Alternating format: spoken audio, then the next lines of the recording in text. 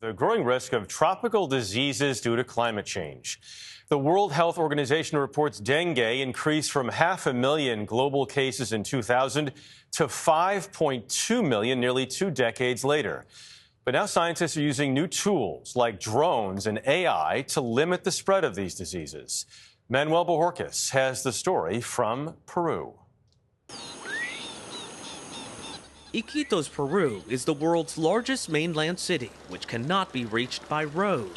So thick are the jungles and the waters around it, the city of about 500,000 can only be reached by plane or boat. It also means mosquitoes, lots of them. But about an hour from Iquitos, mosquitoes weren't the only things buzzing. Researchers are using drones to take high-resolution photos in and around this Amazonian village as part of a project to fight tropical diseases. What are you looking for? We're looking for specifically in water bodies that are potentially breeding sites for malaria vectors, for mosquitoes. Brian Fernandez is part of the team. So the idea is to build a model that can predict where an outbreak can be.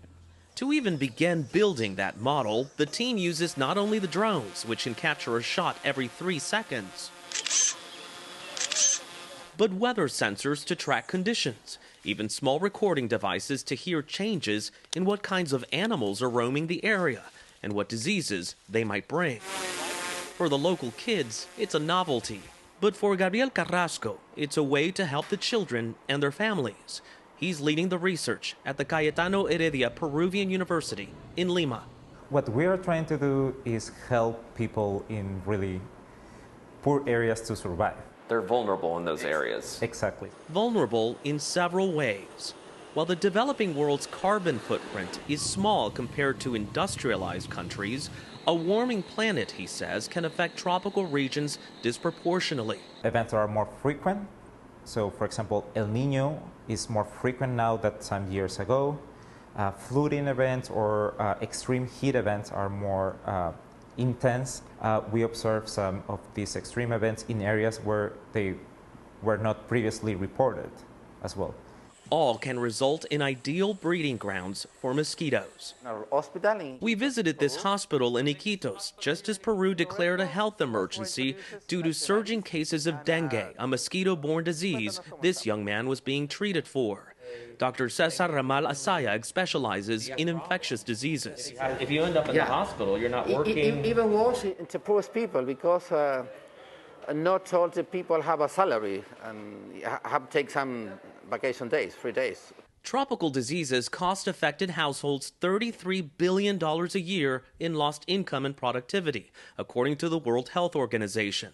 Which is why, back in his lab, Carrasco is working to take all the information that's been collected in the field and, with the help of AI, generate that program that can predict an outbreak. The idea now is to how we can make those models much more accurate, much more detailed at the village level or at the level that is useful for a direct impact to the population. He showed us just how detailed the information can be, with all those drone photos turned into 3D images to track water, even deforestation. What could potentially come with it?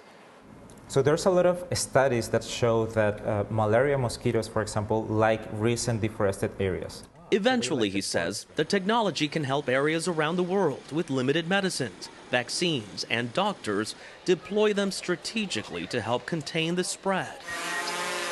That model is still potentially years away. So for now, the team keeps searching for answers in the heart of the Peruvian Amazon. For CBS Saturday Morning, Manuel Bojorquez, Iquitos, Peru. That is fascinating to see, and also a reminder that often those who contribute the least to global warming are bearing the biggest brunt of it. That is really key. Yeah. And a lot of